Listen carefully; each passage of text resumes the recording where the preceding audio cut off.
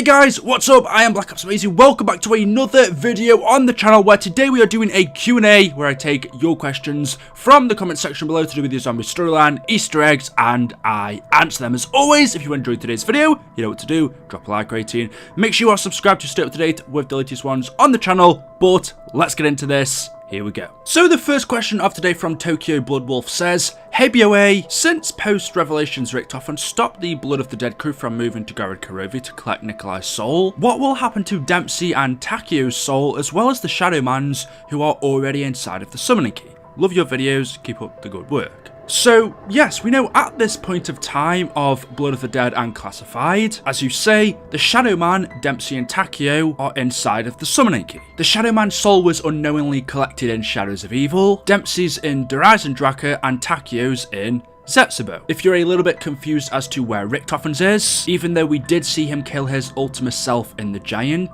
Richtofen's soul was actually collected quite a while before that in a different dimension. So his soul isn't inside of the summoning key, and then, as you say, for Nikolai, Garrod Karovi isn't going to happen, so he isn't there. And now with all three of these Ultimus souls in the key, what's going to happen? What are we going to do with them? We know we are going to the Great War to defeat Dr. Monty. As we saw in Revelations, we used the summoning key to defeat the Shadowman, and in the ending outro, it was Maxis who used himself to rid of the Apothicons, along with Sophia. So in the Great War, could Dempsey, Takio and the Shadowman be used to do something similar? Possibly they'll be released from the summoning key and could help out in some way, or maybe like Maxis, they'll stay inside and will be used to defeat him. I don't know, I can't really see the Shadowman wanting to help them, but then again, I doubt he has much choice. Of course he wants to kill Dr. Monty, so maybe he will end up teaming up with the characters. It's going to be really interesting to see how that works. Will the Shadowman escape once again? Because originally the plan was to give the souls to Dr. Monty, where he would turn them into children in the house. Obviously that's no longer going to happen, so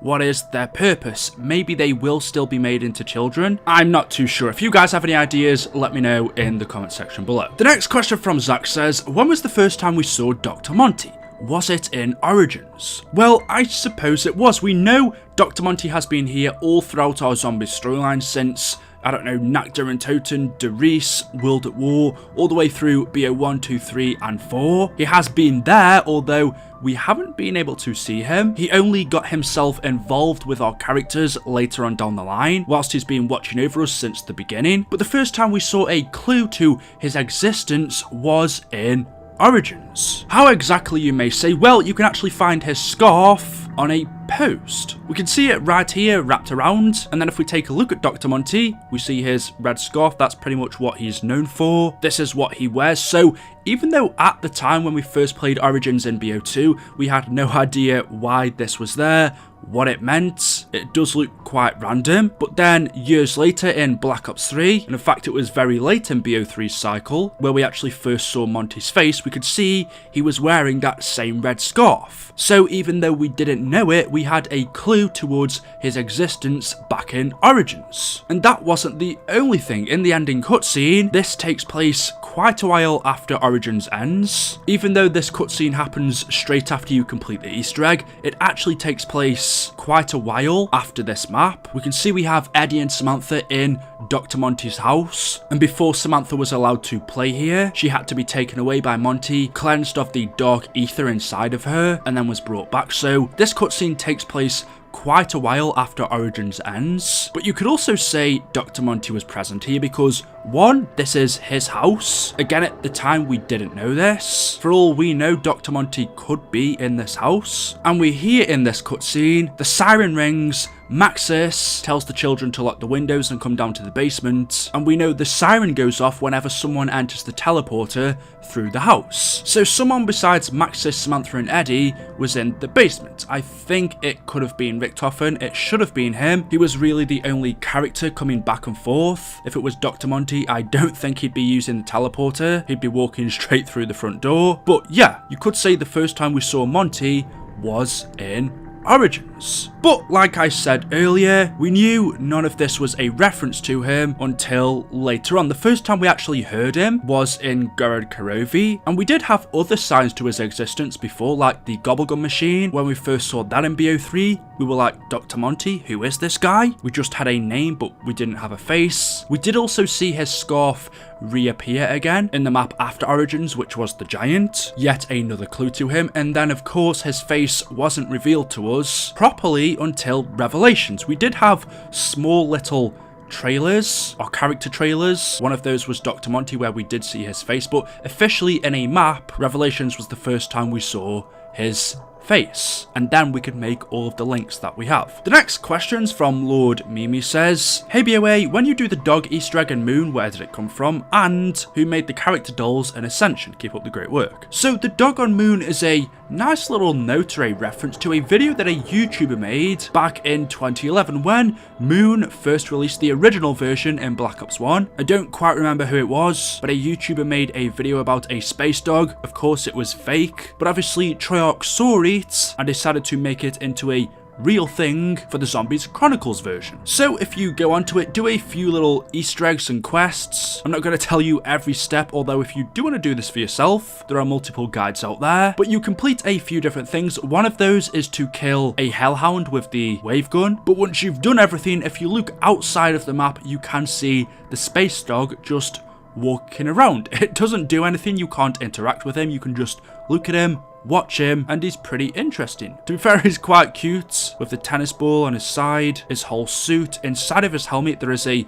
chew toy, which is actually a ray gun. There is the Treyarch logo on his suit. How exactly did he get up here? Maybe he's a dog that belongs to Group 935. One of the employees has brought him up here. They've put this on him and he's just roaming around the surface of the moon. So that's quite funny. And then you also said who made the character dolls in Ascension. Now we don't know who made them. Ascension we know is in the Soviet Union. Matryoshka dolls are a symbol of Russia, so you would expect them to have them here, but not ones with our Ultimus characters painted on them. This is the normal Matryoshka doll that we have in Zombies. We actually also saw these in Call of the Dead. I believe these were the only two maps that we could have them in, but the ones in Ascension are special because, as you say, they have the Ultimus characters painted on them. Now they look pretty funny if you look at their faces.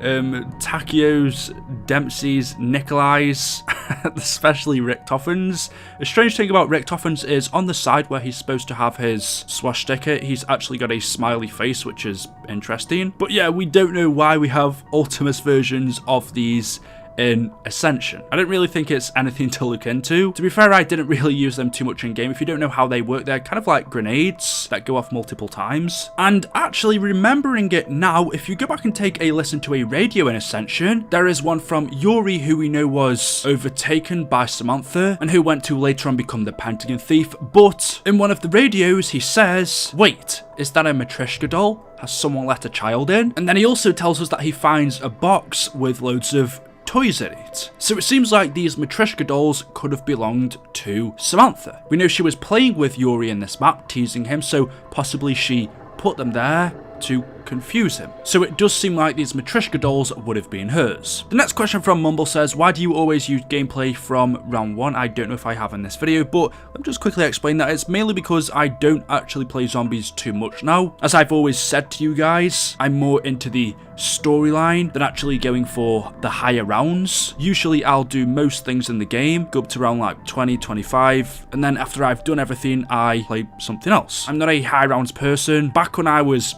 younger, I'd say during the BO2 days, I played a lot more than I do now. Usually now I play campaigns or more story focused games. I don't really play multiplayer anymore, which is why I make zombies videos, just because I love the storyline. I'm not one for going for higher rounds. So the reason you do see a lot of gameplay starting from round 1 is because now I mainly play to get footage. So if I need, I don't know, 5-10 minutes worth of footage, I'll start from round 1, get the amount that I need, and then stop. Now and again I'll go further if I feel like it, but I've played zombies that much over the past 10 years that it hasn't been something I've been playing as much as I would, especially just for fun, as of late, probably since Black Ops 2 actually, or BO3. For me, I've always been mainly interested in the story, which is why I don't really upload just general gameplay or Easter egg guides and stuff like that. I focus on the story story because that's what I like. For me, doing the same thing over and over again, which is what zombies is. Pretty much after round 20, you've usually done everything on a map, so you're repeating yourself. And it's the same with multiplayer games. It's just not really been my thing for quite a long time now. I think in my older days, I'm just enjoying more campaigns and story-focused stuff. So there we go, that's why I do zombies, because the storyline is fantastic. Anyway guys, there we go, that is it. That is all I have for you for today's video. As always, hopefully you have enjoyed. If you have, you know what to do. Drop a like rating. Make sure you are subscribed to stay up to date with the latest videos on the channel. Leave your comments down below, and I will see you guys in the next one. Until then, goodbye.